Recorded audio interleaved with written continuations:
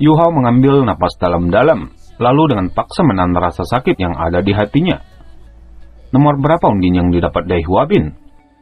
Wang Dong mengurutkan alisnya, dia bahkan tidak mendengar pengumuman sekeras itu.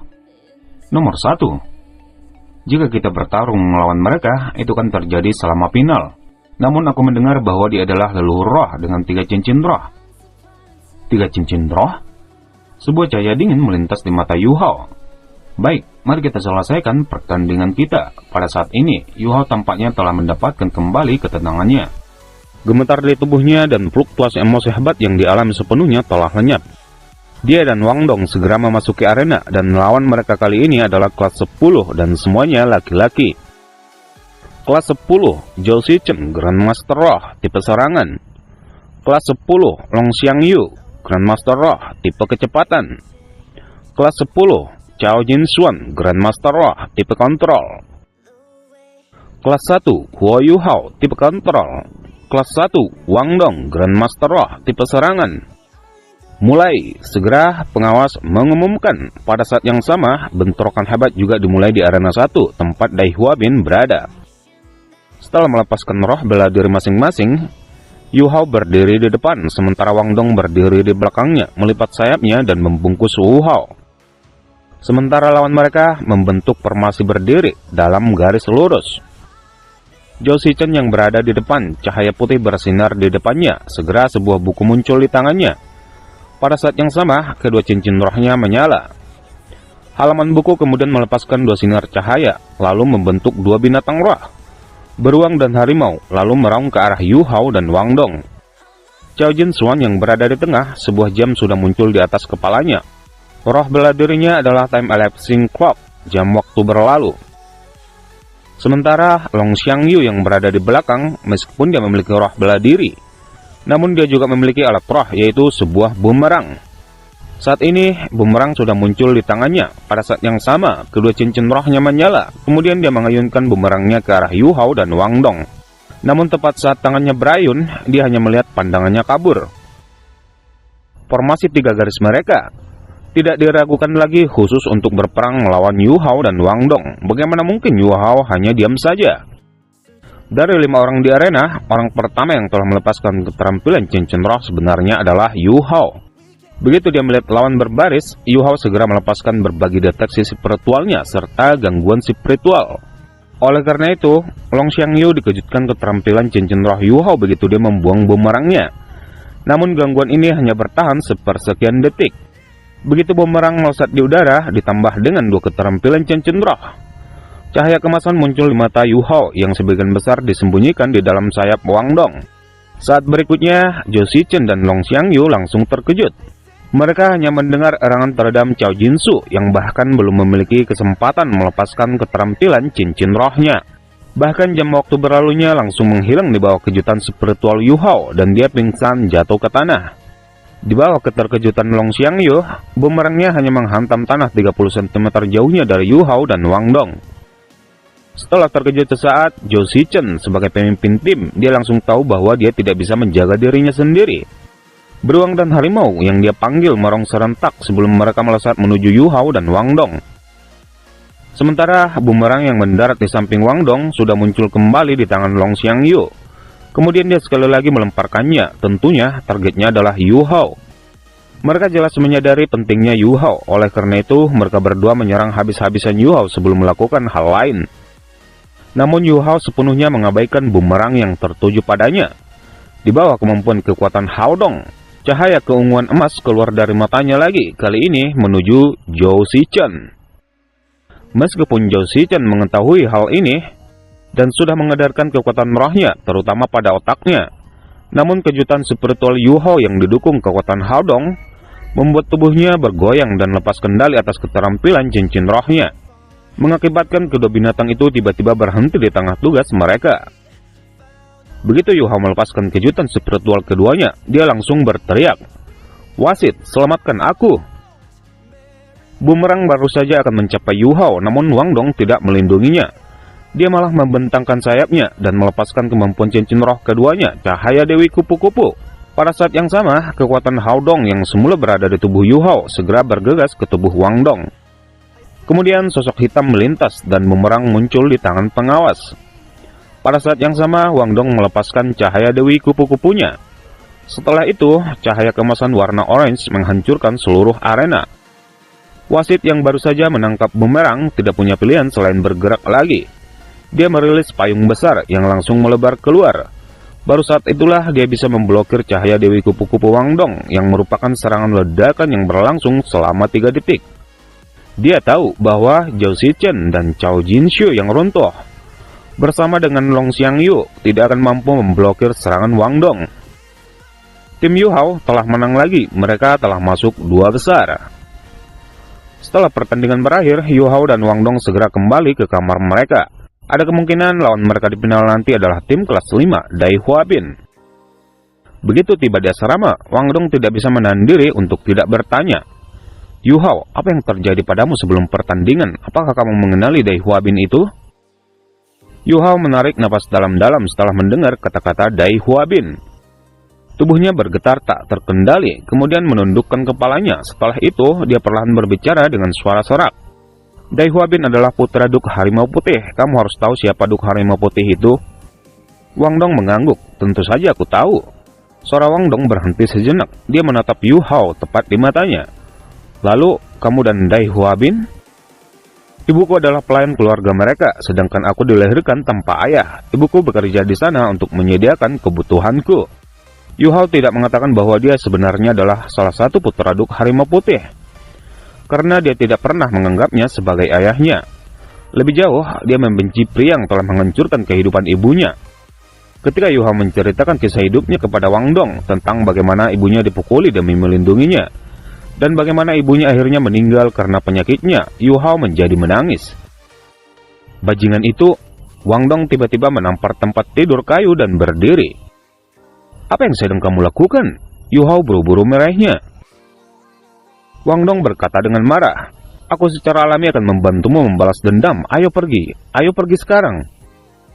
Yu Hao berdiri dan mendorong Wang Dong kembali ke tempat tidur. Sebuah cahaya melintas di matanya. Tidak. Kita tidak bisa melakukan itu. Ini belum waktunya untuk menghadapinya. Ini adalah Akademi Strike. Kemarahan di mata Wang Dong berangsur-angsur hilang setelah menyeka air matanya. Lalu bagaimana kamu ingin membalas dendam?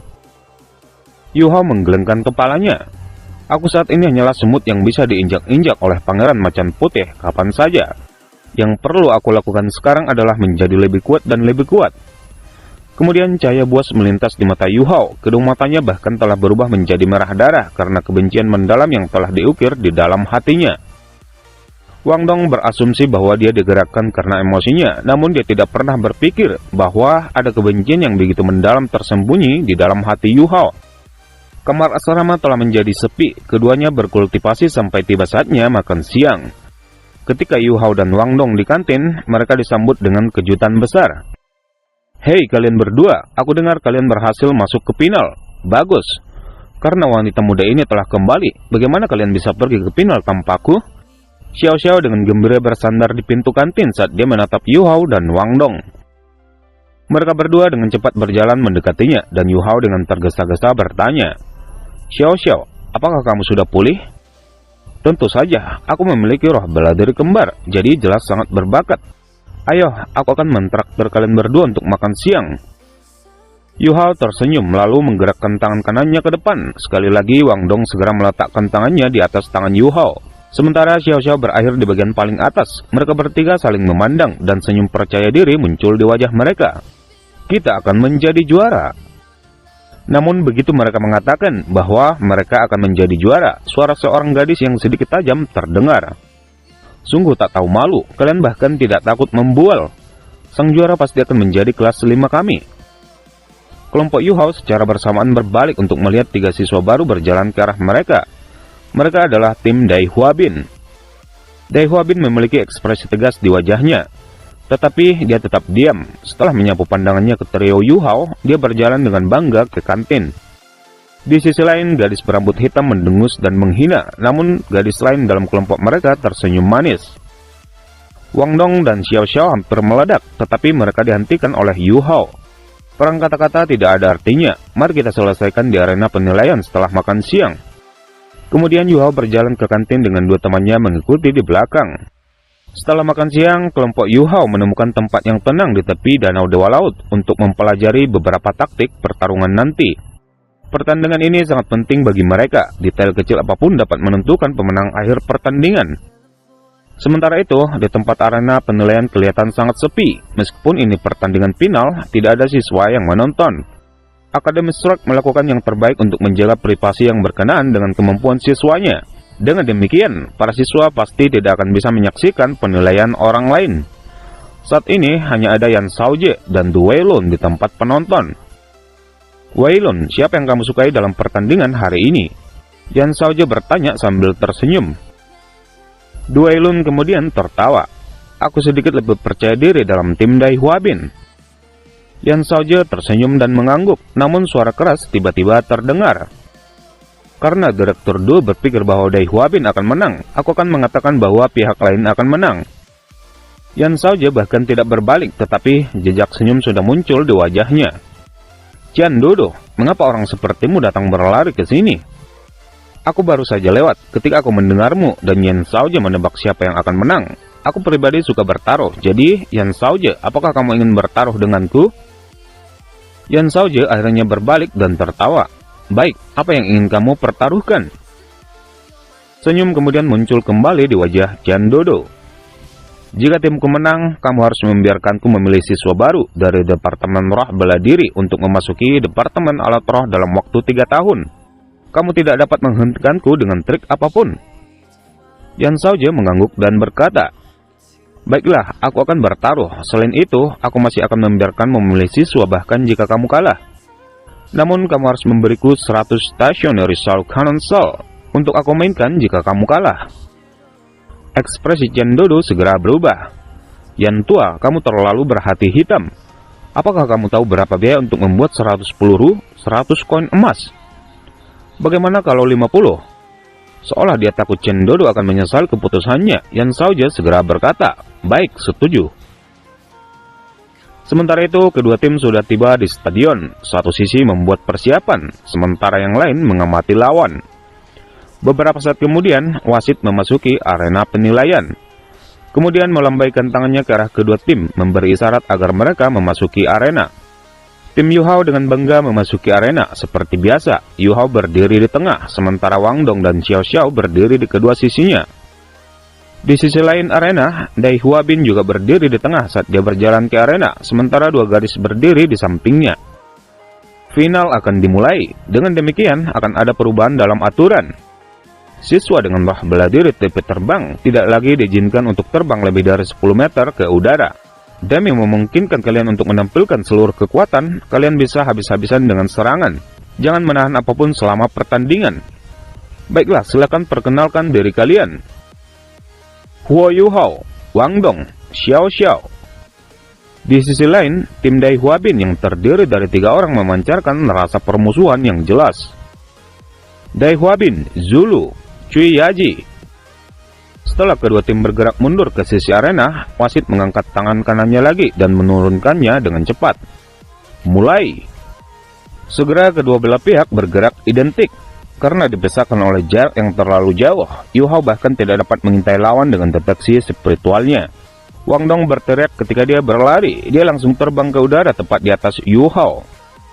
Sementara Xiao Xiao berdiri di depan Yu Hao menggunakan tubuhnya untuk melindunginya. Pada saat yang sama, dia mengeluarkan seruling 9 Phoenix-nya. Di sisi lain, tim Dai Huabin mempertahankan formasi sebelumnya saat mereka dengan liar berlari ke depan. Dai Huabin ada di paling depan dan dia berteriak keras ketika dia berlari. Harimau putih milikku.